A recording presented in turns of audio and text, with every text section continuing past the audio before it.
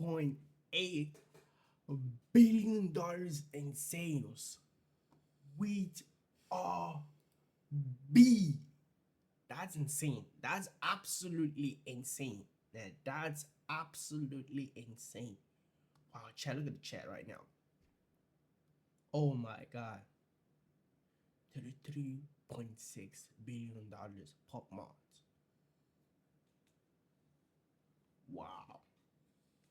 Wow, that's crazy. That's absolutely crazy right there, bro. Worth That's absolutely $34 billion, which is more money than Mattel, Hasbro, and Sanrio combined, which were previously the three biggest toy companies on Earth.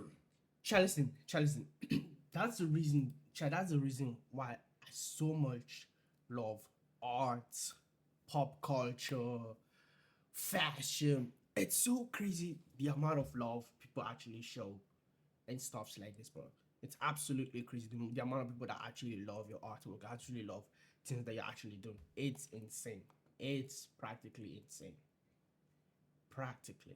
And what's crazy is this toy was actually invented in 2015. Yet 10 years later, he's seen with Rihanna, the Lakers, Lisa. He's at fashion shows. There are entire floral arrangements made out of him. And every time we think it's going to end, it somehow just gets bigger. You could even make the argument that Labubu is another example of the it takes 10 years to be an overnight success stories at this point. But how was Labubu even created? Why did he randomly become so popular, and how did this become a multi-billion-dollar empire a decade after its inception?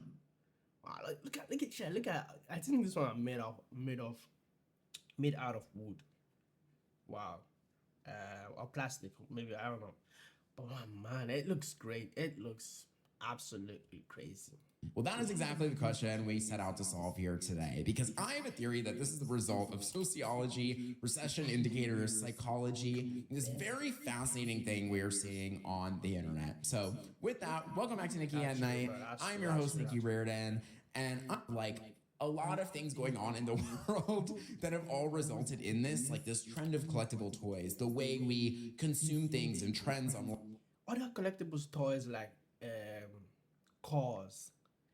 And what other collectible toys? Bear bricks. Man, like these companies are doing numbers that doing absolutely this good like numbers. TikTokification of products that we've seen essentially. And Labubu was just somehow like perfectly at the epicenter of all of these things. But before that, a few housekeeping items. I haven't gone for a while. At this time, you guys will have seen the episode with Sam. Should upload. It's just a 5-star. Our society, emotion that we are feeling that this thing is validating in some way we're not able to get in other aspects of our life. And I think that is really like the interesting thing when it how Labubu, a Chinese kid's toy, become the luxury world's latest viral trend. comes to studying trends like this. You know, like you really want to understand the why and the sociology behind it, because once you understand, I think, that human emotion aspect, you can kind of be ahead of it and have more understanding of it going forward. So let's dive into the lore of Labubu, because do you know this lore of how Labubu was invented? Because he actually first appeared in 2015. He was designed by an illustrator named Ha-Seng Lung, who was born in Hong Kong but raised in the Netherlands, which is why Labubu is based off of Nordic mythology. He first appeared in this series in 2015 called The Monsters, that were all references to Nordic folklore. What's interesting, though, is Labubu wasn't even really the main character. There actually is another leader of the group. Actually, are you telling me right now that this is absolutely the leader of the group? This thing looks straight up from my nightmare, bro. Straight up from my freaking nightmare, bro. Insane. Oh my god. That's practically insane. Labubu, like turning this creature right here to like the 2025 Labubu, that's absolutely And a main character, and other characters like Mokoko. like this one. Is this Mokoko? I thought they're all Labubu. I think they're all Labubu, right? think he said it's more Coco. I don't know. Pato, Spooky, Tycho, but Labubu was for some reason the one that really got popular. He is based off of the Nice, which is sort of a Nordic myth for an elf. And all of the monsters have this sort of cute rabbit look to them, where they have different animal ears. They're all, again, sort of based off this way, but in 2019, he sort of grows in popularity. This franchise sort of grows in popularity a little bit until eventually they do a licensing deal with Mart to do toys. However, his first keychain line was not until 2023. So what was the catalyst that made Labubu so viral? Lisa from Blackpink. That is literally the answer. She was spotted with a Labubu in April of 2024. And if you look on TikTok at the trend data for hashtag Labubu, it is literally flat every year until then. Keep in mind, this toy was made in 2015. Until you see at the very end, at the beginning of March and April, She literally started to trend. 2024, there is a spike in popularity. Literally, Lisa from Blackpink was the first thing that got this viral. It created this huge trend in Thailand and other parts of Southeast Asia. And by August of that same year, it had done $870 million in. Pause. We're talking about billions of dollars. Are you telling me that people are spending money to buy?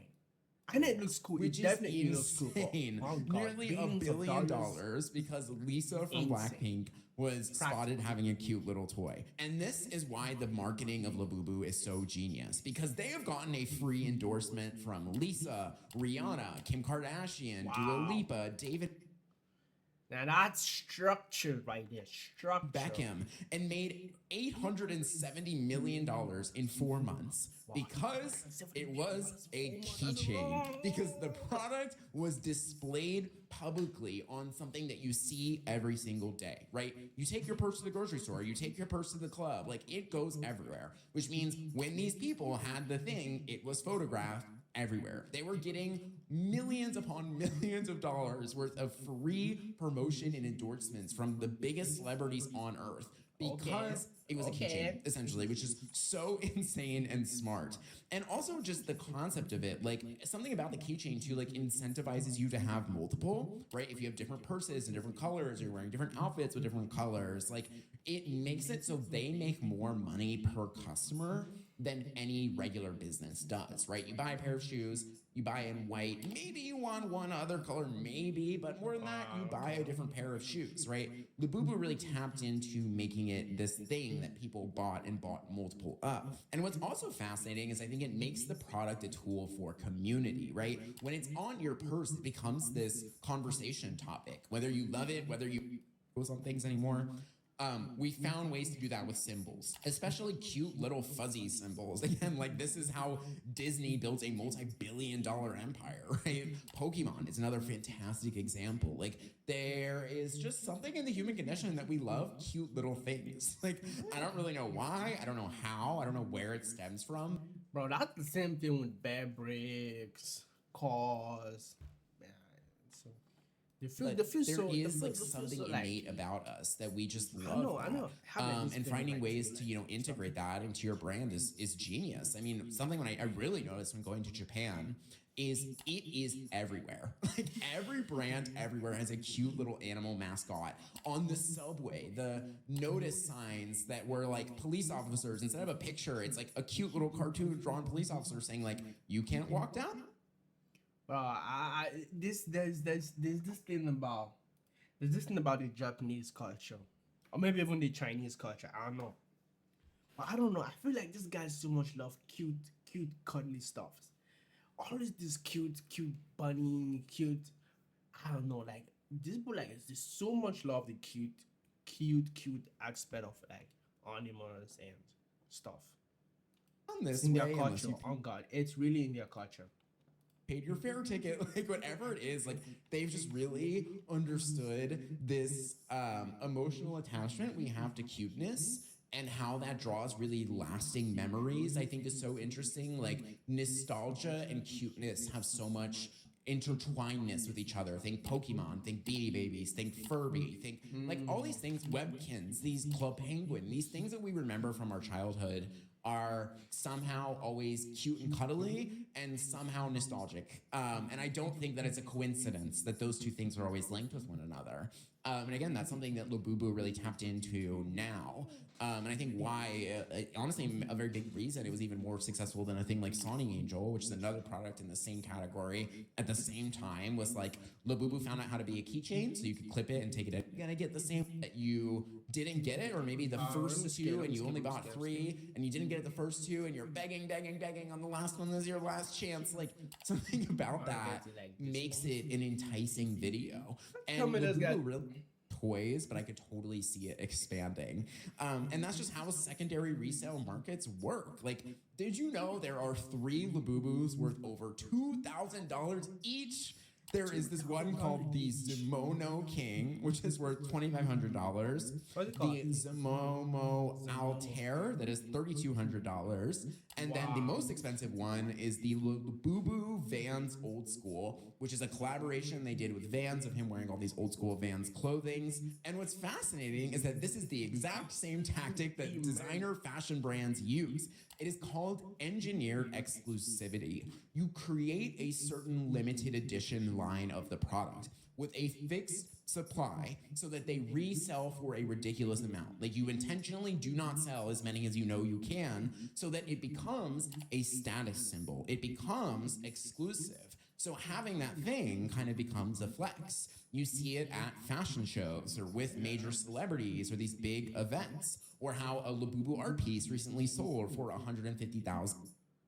$150,000. Are you guys seeing this one creature right now? Oh God. $150,000 gone for a Labubu sculpture. I don't know, if you have the money, you have to buy. It now has become this symbol of like high fashion, high art. Yeah, high art, high fashion. So that once it's a status symbol, it becomes desirable for normal people. So they all want to go and buy the cute little $40 version they can afford. So you cute $40 option they can't afford. Create this limited edition thing to sell less, to inflate the demand, so that when you do buy one with a more affordable, like a $40 price point, they sell more of that. That's actually kind of smart. Now that's absolutely smart. Listen, imagine like, I know it's only like, it's for Bear Bricks have done it, cars have done it. I think Labubu is actually trying to do the same right now. Think of it, it's actually smart. It's actually smart. You having a huge collection doesn't actually make sense. Like making a very small collection, a really expensive small collection for like maybe like for museums, or like for like some kind of collective, understand? You have your idea is basically to sell for an higher price, for an high, like a really ridiculous price, to create like a demand for it, to create a really crazy high demand. But the idea is the people that actually want it the most are the people with less money, understand? So you make smaller versions, you make keychains, you make, I don't know, very small ones, the affordable ones, that you sell it to the public, and you're making like millions and millions and tens of millions out of this one concept or idea. That's absolutely genius, and I think all collectives, all collections should probably do the same. I think it works. It worked. It have worked for cars. It have worked for Bear Bricks. It's working for Labubu right now. It's absolutely crazy. Nike has done this all the time. Again, like there are Nike sneakers worth 10 grand, 20 grand, even more than that sometimes. But most of the Nikes you see on a daily basis are $100, $50, $70, whatever. But by doing that, they created this ideology around this brand, the status symbol around the brand, so that wearing Nikes, owning Nikes is more desirable. And that is what Labubu was doing. Essentially, it's super, super interesting. Probably that's the only thing. That's the main reason. I don't know why I love Nike. I think Nike is one of like the best shoe brands. Hands down. Saying. And that is the way that psychology intersects with marketing. At the end of the day, like the way we consume things and desire things and want things is a result of our own psyche. You know, what we find desirable, what we find undesirable. And that is, I think, where this like psychological aspect really comes in. I have a theory that the popularity of Labubu is because of our psychology and the epidemic of loneliness and this sort of declining economy. The question is, will Labubu last forever? Would the hype last forever? No. It's not gonna last forever. It's basically gonna last for like a month or two, and it's gone. Then well, but the idea is the company have already made money, and the idea is building our culture because there probably might be a Labubu too. So it's to create another new set of hype, and just like it's just keeps the ball rolling. Like, it is so fascinating to me that in a time where we have less third spaces, less human connection, it's harder to date than ever. Like, we are just lonely people. That a cute little fuzzy toy that you carry around everywhere has become a multi-billion-dollar product, right? Like, it is kind of selling you on this idea of like, one, that quick hit of dopamine in your mystery box, and then two, oh, you have this cute little thing. You are almost, they're trying to sell you on the idea of companionship, right? Like when you don't have a person around you to make you feel good, at least here's this cute little thing. I also think it is indicative of the recession. I made videos about. There is this principle called the lipstick effect, which is the thing that we have kind of. I think it was invented in 2001 by one of the people, the former CEO of Estee Lauder, where they noticed that in times of a recession, lipstick always became their number one selling product. Why? Because when the economy is bad, people don't have money to spend on the big things, like a big makeup palette or whatever. So they want something for that quick hit of dopamine still, but they don't have the money to spend on a nice big thing. So they buy something small, something cute, something you can fit in your purse to fulfill that need for them, right? That is where lipstick has been linked with like I think every recession we've had since then, the 2008 recession, the 2001 recession, the pandemic. And I think Labubu was a perfect example of that. Like stuffed animals also, you can think of. Hell no, bro. I don't think so. I don't think like buying Labubu or maybe the Labubu hype is an indication for like a recession. Hell no. No, I just think like, bro, it makes sense that people are actually buying into Labubu because not just because of the hype, totally because celebrities own a lot of Labubu, just the same thing as fabrics and cars. Like it's all about people of, I don't know, like the general population, understand? Want to like feel the same way or get to a certain point, or let me put it, feel the same way as those celebrities and musicians they idolize, understand? They want to like feel the same way. That's the main reason people are actually buying Labubu, understand? It's not for like, it's the indication of a recession. Hell no. Of Beanie Babies around Y2K or Furby around Y2K. You can think of like Webkins around 2008. You can think of Squishmallows during the pandemic, and you can think of Labubus. Oh God, I've seen this one. What's it called again? Let me skip backward. Back a little bit. Bees around Y2K or Furby around Y2K. Furby! I knew Furby! Oh God! I knew Furby! This thing was creepy as hell. Really creepy creature. I don't understand people. I definitely don't understand why people are buying this. Why people are I can't even like, I don't know.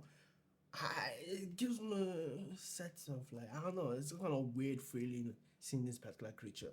The creature feels sad, lonely, scary, and I don't know, I feel maybe a little bit possessed.